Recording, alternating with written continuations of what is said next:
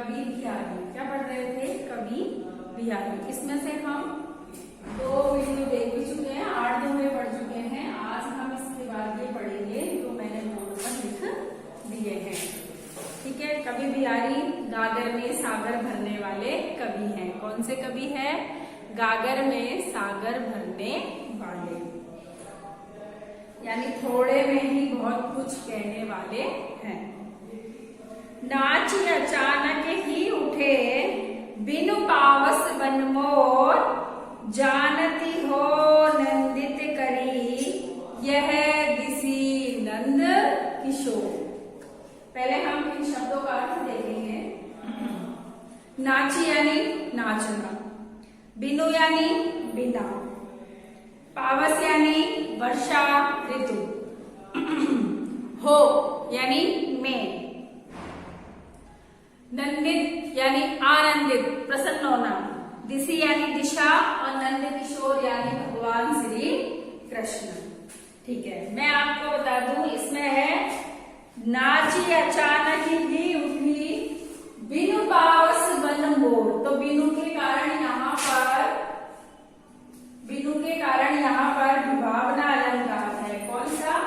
विभावना। पहली लाइन में तो विभावना अलंकार है, और पूरा ऑल ओवर हम जब देखते हैं दूसरा, तो इसमें है भ्रांतिमान अलंकार।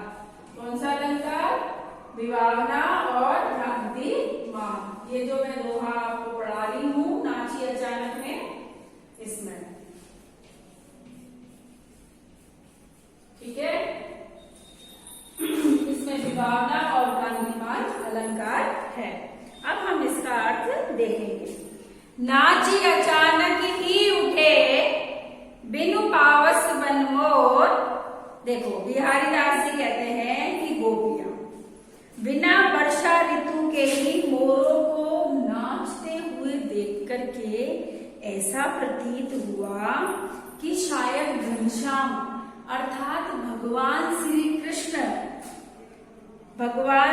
कृष्ण नंद नंदन को वन में देखकर मोरों को वर्षा ऋतु के आगमन का भ्रम हो गया है।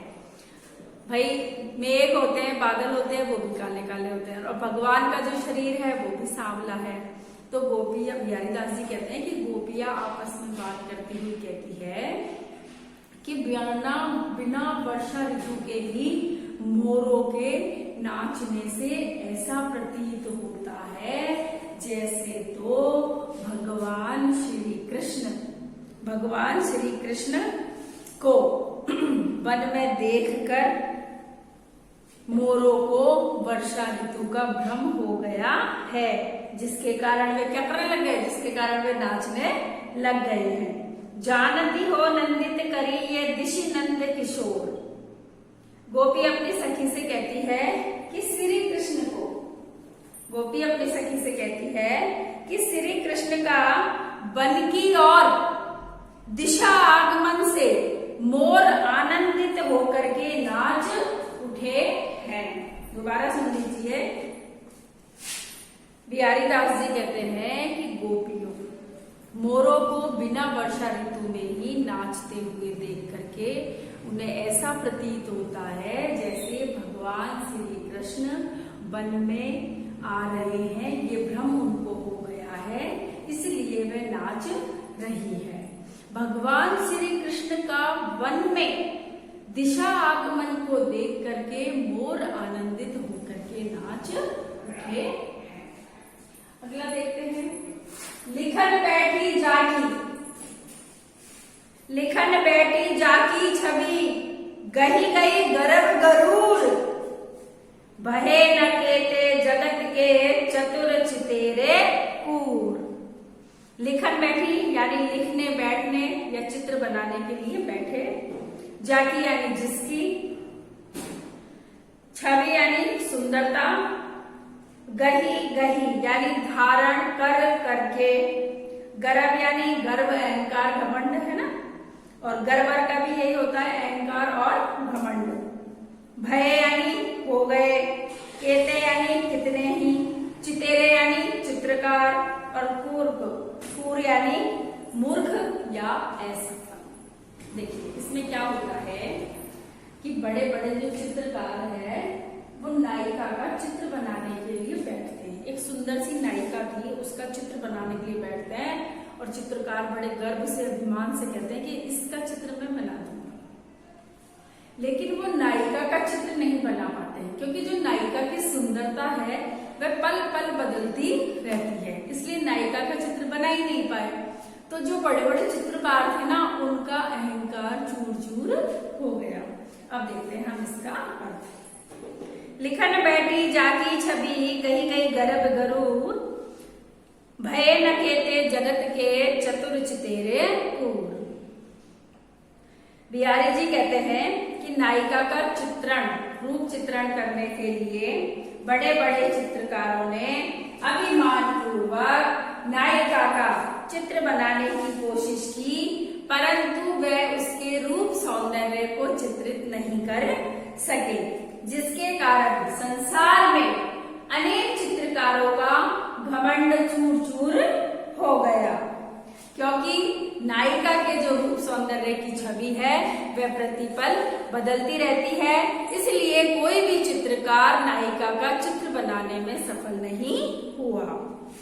इसमें अनुप्रास अलंकार, पुनरुक्ति प्रकाश अलंकार भी है। अब आइए झीने पट में।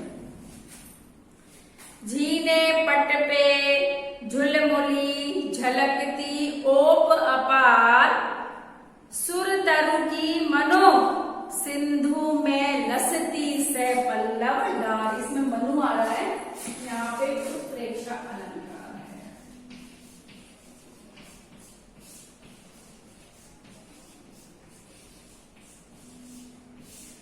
यहाँ पे उत्प्रेक्षा अलंकार है। देखिए झीने यानी पतले और महीन कपड़े, पट यानी वस्त्र, झुलमुली यानी एक कान का आभूषण जो झिलमिलाता है, बड़े बड़े पहनते हैं कई बार, झिलमिलाता है वो वाला आभूषण। झलकती यानी झलकती है। ओप, ओप यानी चमक। अपार अत्यंत या बहुत अधिक। सुरतरु, कल्प वृक्ष नामक, सुरतरु होते हैं, कल्प वृक्ष नामक एक वृक्ष होता है, तो ऐसा माना जाता है कि उस वृक्ष से जो भी मांगा जाता है वह सबकी इच्छा पूरी कर देता है। मनु यानी मानो। सिंधु यानी समुद्र। लस्ती यानी शोभित होती है। सपल्लव यानी पत्तों से युक्त, और डार यानी डाली। अब इसका अर्थ हम देखेंगे। झीने पट में झुलमुली झलकती ओप अपार, सुर तरु की मनु सिंधु में लसती से पल्लव डार। बिहारी नायिका का वर्णन करते हुए कहते हैं कि नायिका ने अपने शरीर पर महीन अर्थात पतले वस्त्र धारण कर रखे हैं। उन महीन वस्त्रों में, उन पतले वस्त्रों में एक कान का आभूषण है जो अत्यंत चमक के साथ झिलमिलाता है, और वह ऐसे लग रहा है जैसे कि मानो समुद्र के जल में, जैसे कि मानो समुद्र के जल में कल्प वृक्ष रूपी पत्तों की कोई शाखा चमक रही है। नायिका के शरीर की तुलना कल्प वृक्ष से और उसके आभूषणों की तुलना पत्तों से की है। किसने की है? बिहारी लाल जी ने की है। हम दोबारा देखते हैं। झीने पट में झुलमुली, देखो बिहारी कवि नायिका का वर्णन करते हुए कहते हैं, नायिका की सुंदरता का वर्णन करते हुए कहते हैं कि एक नायिका है, उसने अपने शरीर पर महीन और पतले वस्त्र धारण कर रखे हैं। उन महीन और पतले वस्त्र धारण करने से जो कारण मतलब कर रखे हैं, तो उन महीन वस्त्रों में से जो एक कान का आभूषण है वो अत्यंत चमक के साथ झिलमिला रहा है। तो मानो ऐसे लग रहा है जैसे जल में कोई कल्प वृक्ष रूपी पत्तों की शाखा चमक रही है। अर्थात बिहारी जी ने नायिका के शरीर को कल्पवृक्ष माना है और उनके जो आभूषण है उनको पत्तों के समान माना है। ठीक है, अगला चलते हैं।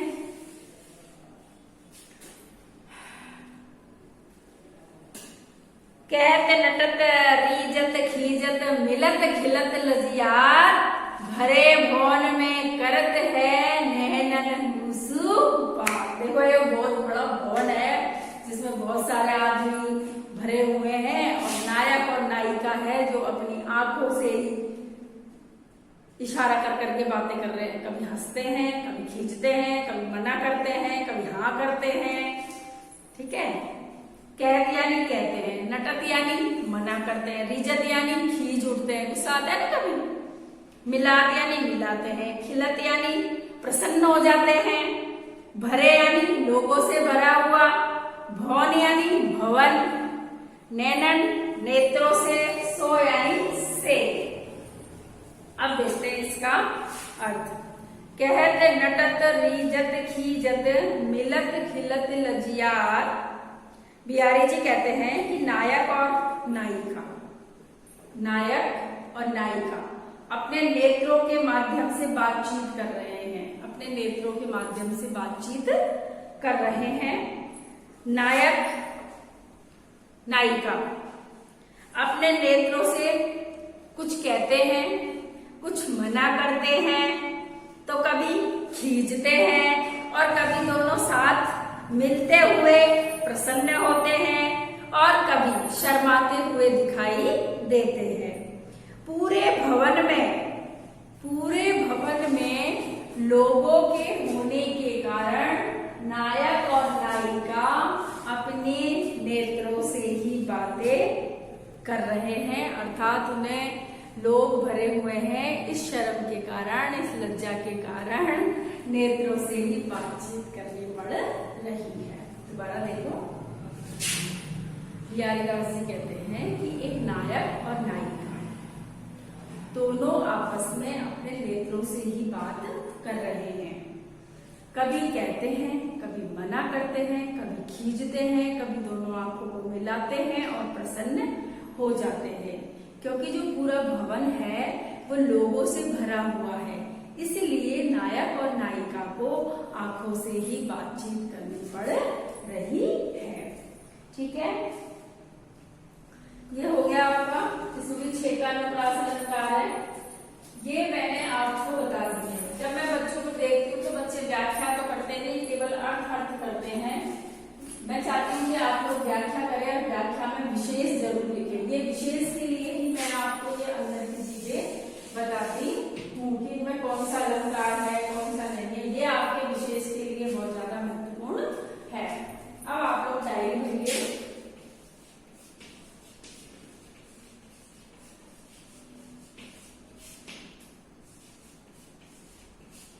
पाठ 4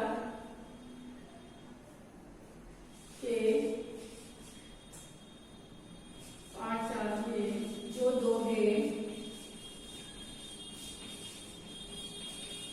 बोर्ड पर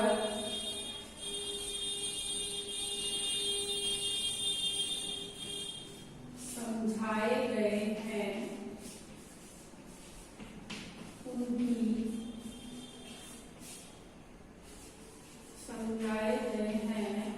उनकी व्याख्या करें।